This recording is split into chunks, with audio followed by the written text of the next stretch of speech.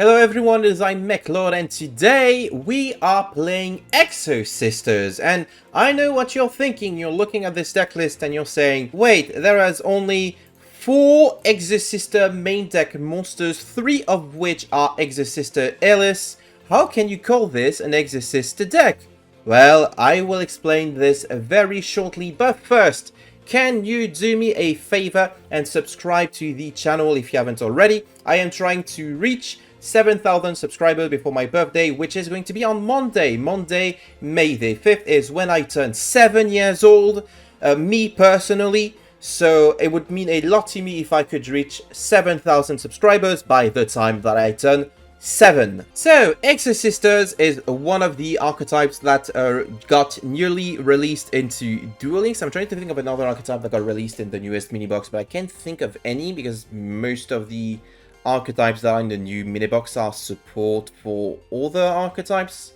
So this is the first new archetype, and I guess the only new archetype of this mini box, unless my memory is playing tricks on me. And it is an Xyz focused deck that has a special hatred for the graveyard. All of the Exosister main deck monsters have the effect to immediately Xyz summon if a card is moved out of your opponent's graveyard, whether it gets banished by DD Crow or summoned back if it's a Salmon Great Spinny or a Crimson Resonator, or another thing that summons from the graveyard, or if it's added from the graveyard to the hand, or if a card leaves the graveyard, you immediately get to Xyz summon with the main deck monsters. What you're Xyz summoning are the extra deck monsters, the rank 4's Exosisters, that can then become the rank 8 Exosisters Magnifica, which is one heck of a boss monster. The thing is, with the rank 4s, you can make them with any level 4. They're generic, which means that this deck works perfectly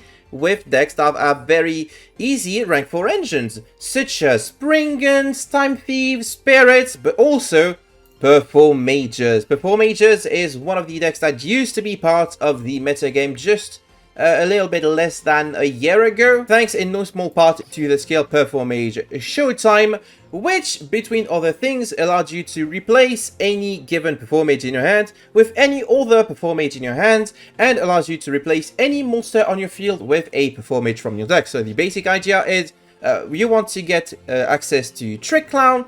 You normal summon the Trick Clown, you link it up into an Artemis, Trick Clown revives itself, and then you shuffle back the Artemis into your extra deck in order to get access to another Performage, and that's a 1 card rank 4. 1 card rank 4 facilitate with the skill. But which rank 4s are we making? There are several solid options, the first of which is Exosister Caspitel, which can detach a material in order to search any Exosister monster. Alice is the best search target here, and pretty much the only one that you're gonna go for because it can special summon itself, which then allows you to continue your plays. You can also make Exosister Michaelis, which can detach material in order to search an Exosister back row, and we are playing Exosister Pax, which is a search spell that can also special summon if you have the other name in the field or graveyard, or Exosister Returnia,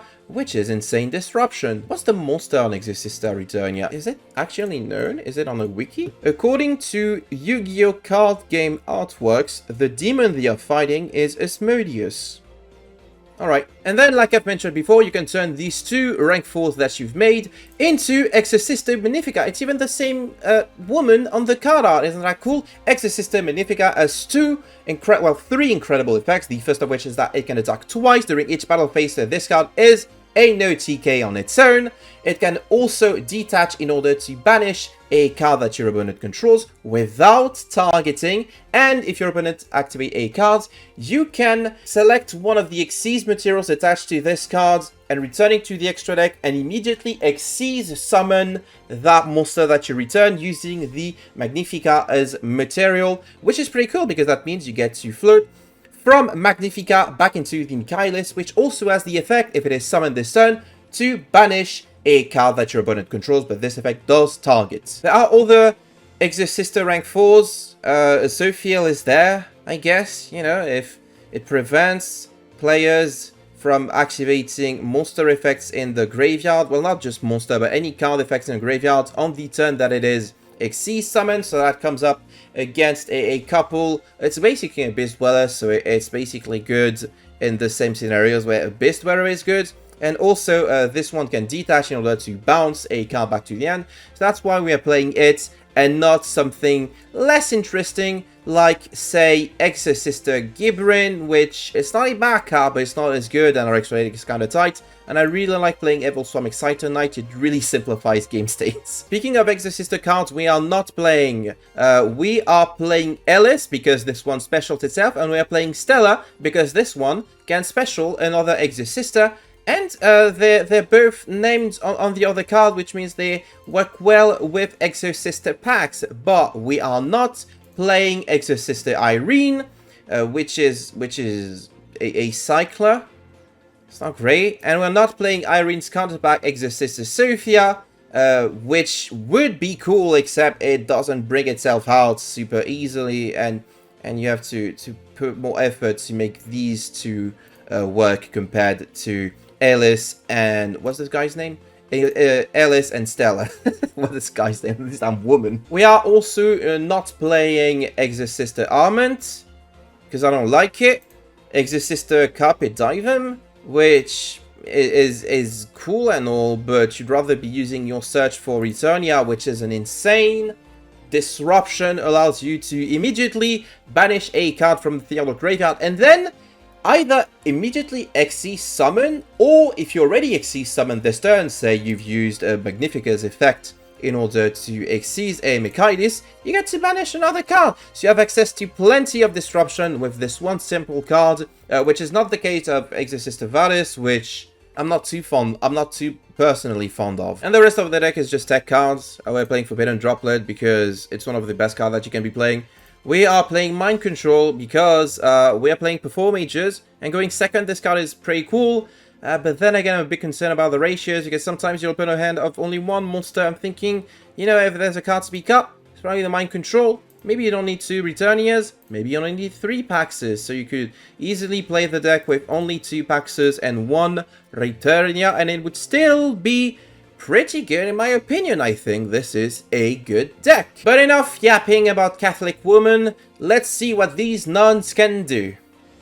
This first duel is actually going to be an anime duel. Dennis versus Kurosaki. That is one of the duels of all time. We are going first against Raidraptors, which is a deck that does somewhat rely on the graveyard a lot, and we can see that we've opened a hand that is really good going first. We can sort of... Oh.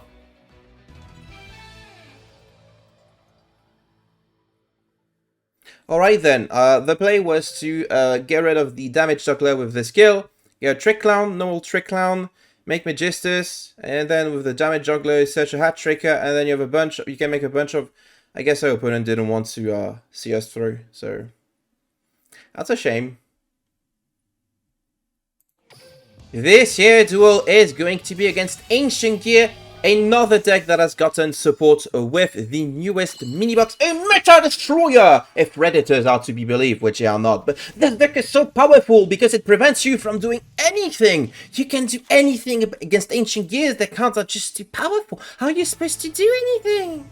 You can beat them! They're unbeatable! Opponent's gonna reveal an AGG, return it to their deck to get an Ancient Gear Commander to their hand. They're gonna normal summon the Commander, activate the Commander effect, sending the AGG to get a Wyvern. A Wyvern is then going to search a Tanker. And at this stage, I'm like, okay, what are they gonna go for? They're gonna go for Gear Guidance X, searching Kytroid, which is going to make it extra difficult to deal with him. Are they? Oh, they're just gonna go for the Ballista.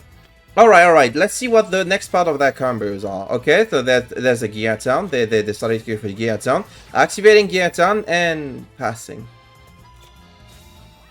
I'm just gonna take it, Mind Control, activate my skill, replace it with, oh, and they're just gonna concede. So the play here was Mind Control the thingy, replace it with a Trick Clown, Magistus, Trick Clown, but, actually you can't really, that doesn't work, because you've already activated. Any Performage? A Trick Clown, probably. And then you normal summon the damage juggler, you made an Exosister. Then you can summon this, detach, search, OTK. Easy game.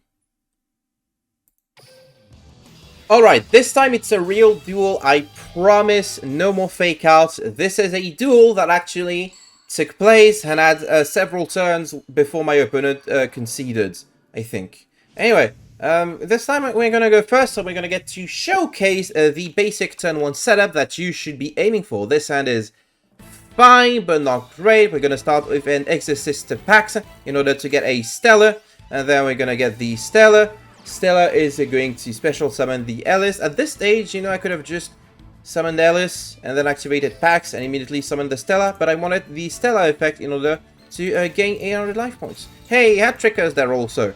And we're gonna put the Stellar and the Hat Tricker into a Capistel, which was a mistake. I should have put the Ellis and the Hat Tricker into the Capistel, because then I would have been able to special summon the Ellis, again another 800 life points. It doesn't matter, but that's something to keep in mind. We're going to activate the Capistel effect in order to search the Ellis. Ellis is then going to special summon herself, because she is well mounted. And she is going to become, along with the other Ellis, an Exosister Michaelis. Michaelis is going to get us a Returnia. Then we're going to put our two Xyz together into none other than Exosister Magnifica in defense position, because it has 2800 defense. Set the Returnia pass. That's the basic turn 1 setup that you should always be aiming for. Magnifica plus Returnia. And that's plenty of disruption, as you are about to witness. Our opponent is going to set a True King's Return, normal summon the Ignisid. They're going to target the Magnifica with Ignisid. We're going to activate the second effect of Magnifica. They're going to activate the first effect of Ignisid. We're going to activate the first effect of Magnifica. So, all of the effects that were activated in order. True King's Return, targeting Magnifica to destroy it. In response, activate Magnifica's effect to return it to return one of its materials to the extra deck to then be able to exceed. Summon that material using Magnifica's effect, which will make the True King's Return fizzle.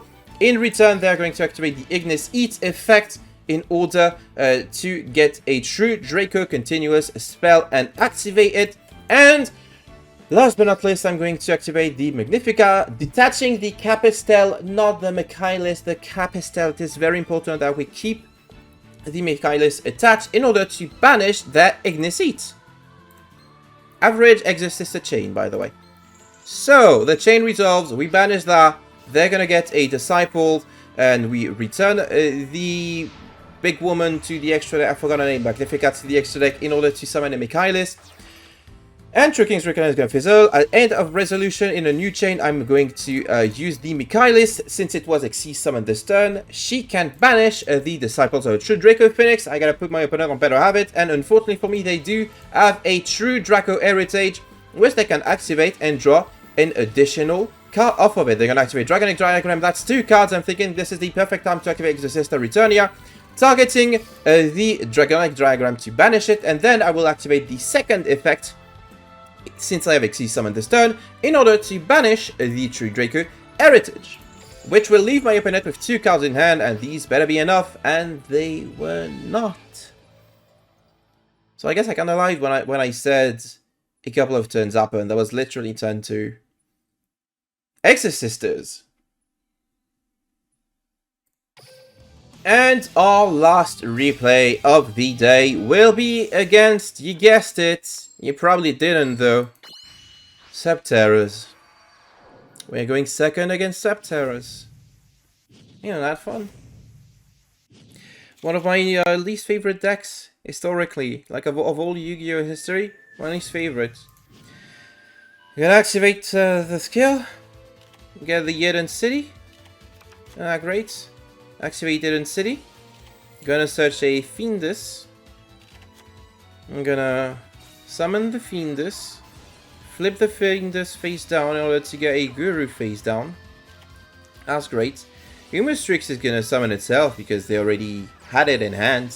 Hidden City is gonna flip Guru face up. They're gonna get a final battle. This telegraphs that they have another Fiendus in hand. So this sucks, but I have the perfect hand to deal with it. Several Hat Trickers. Pitching damage juggler in order to get Trick Clown. Trick Clown hits the field. Whee! Trick Clown. They're gonna Guru. To try and flip it face down, I'm going to Droplet, targeting the Omnistrix, even though they can flip it face down with all the count effect. I don't really care. I'm gonna try and revive the Trick Clown through its own effect, but it will get Fiendest. So I'm not gonna have that luxury. Damage Juggler is going to get us a Hat-Tricker, which I am immediately going to special summon, which will be met with the Subterror Final Battle, flipping the Omnistrix face up and banishing my Hat-Tricker. But unfortunately for my opponent, I have more tricks up my sleeves, hats in that metaphor. I was thinking of what I was saying with hats. Wanna see a hat trick? I guess that's the saying. We can just make Capistel. Capistel gets us Elise. Elise is going to special summon itself, and then I'm going to pay 800 in order to activate Pax. Pax is going to get us Stella. Stella is going to be special summoned by the Pax, and we can put the two together into none other than Michaelis. Michaelis is immediately going to get rid of the Eden City, I think, or the Final Battle. I'm gonna get rid of both anyway. She also gets us a Britannia because she is a very nice woman. Speaking of woman, Magnifica has hit the field. Magnifica is going to get rid of the Eden City because that can intercept battles, and then we're going to attack twice, the first time into the Omnistrix, the second time into the Guru, leaving them with none other than a set Fiendest. They're going to activate Sol and Luna. I am immediately going to activate the Magnifica effect to float into the Michaelis that was previously its material. And they're going to activate the Fiendest effect. I'm going to activate the Michaelis effect because Fiendest says that it needs to go to face down defense position.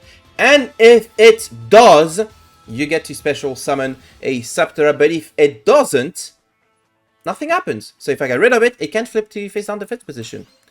They're gonna set a monster. You know what? I'm just gonna wait until the end phase. It's still the main phase, but I'm just gonna use the Returnia to banish a Subterror Guru from the graveyard and the one that I just set.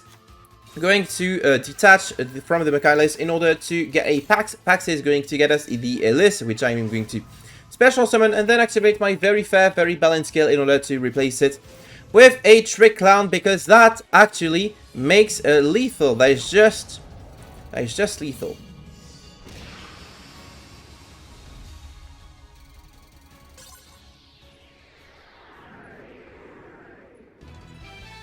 That was actually kind of a fun game.